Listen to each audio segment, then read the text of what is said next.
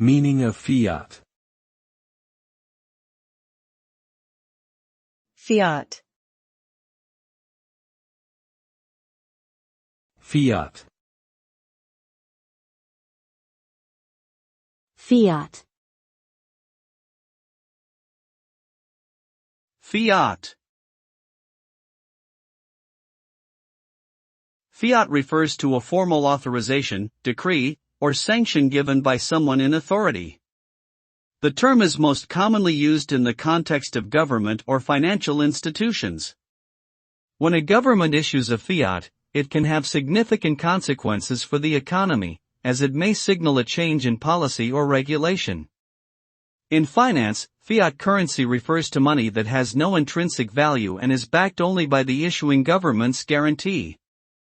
Fiat currencies can be subject to inflation, as governments can print more money without necessarily increasing their underlying assets.